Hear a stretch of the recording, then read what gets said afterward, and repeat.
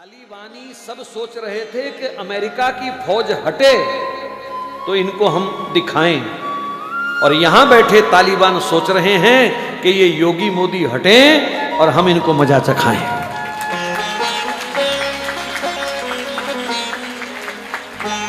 और अगर तुमने इनको खो दिया तो फिर अगले 50 साल तक, जब तक हमारी जिंदगी, मैंने इसलिए 50 बोला, जो बैठे हैं कोई 50 जिएगा, कोई 20 जिएगा, कोई 10 जिएगा, भगवान के हाथ है। वो तो सिवाय रोने के हमारे पास कुछ नहीं होगा, हाथ मल मल करके छाती पीटने के सिवाय हमारे पास कुछ नहीं होगा। मैं उनका पक्ष सिर्फ इसलिए लेता हूं कभी कभी क्योंकि इन्होंने हमारे धर्म की सेवा की है, इन्होंने निष्काम होकर के हमारे देश की सेवा की है।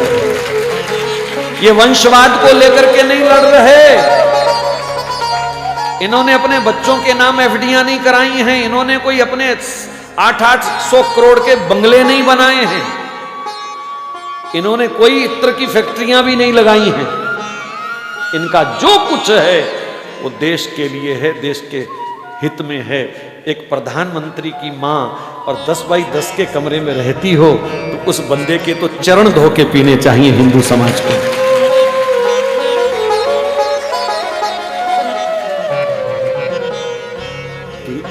ये देश त्याग का पुजारी है और इस त्याग को भी पूजना पड़ेगा। हो सकता है यहां कोई उनके विरोधी दल के बैठे हों, लेकिन अगर हिंदू हो तो फिर विरोध छोड़ दीजिए। बनता ही नहीं है विरोध करना भैया, किसी भी एंगल से विरोध बनता ही नहीं है। वर्तमान समय तो कहता है एकजुट होकर के आंख बंद करके समर्थन करो। बस जो मेरे देश के साथ खड़ा है, जो मेरे धर्म के साथ खड़ा है, जो रामकृष्ण के साथ खड़ा है, जो गाय माता के साथ खड़ा है, हमको उसी के साथ खड़े होना है। बस बात खत्म।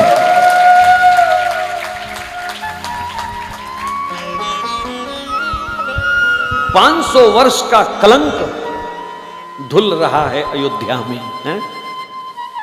और फिर भी हम दूसरा कोई चिंतन दिमाग में लाएं तो ये बदकिस्मती के सिवाय और कुछ नहीं है। ये देश राम का है, ये परिवेश राम का है, और जो राम का सम्मान करे उनका सम्मान हमको करना ही चाहिए हर हालत में। कोई दूसरी राय नहीं है, बात खत्म। देश सुरक्षित है इन हाथों में और इन्हीं हाथों में रहना चाहिए, बात खत्म। बस हम तो एक ही प्रार्थना कर रहे हैं कि जब चाय वाला जाए तो गाय वाला आए, बस।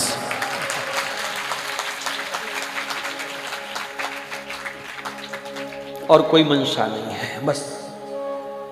ये परमात्मा ऐसी विभूतियों को कभी कभी कृपा करके भेजता है। धनुष्मान लेके स्वयं वो बहुत इमरजेंसी में आता है,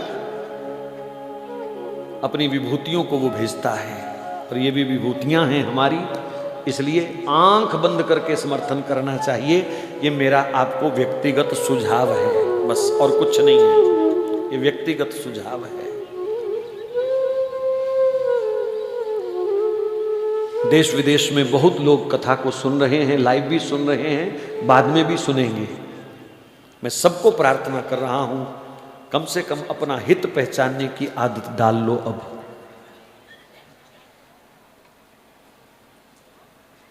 ऐसा अवसर दोबारा नहीं आएगा हमारे पास।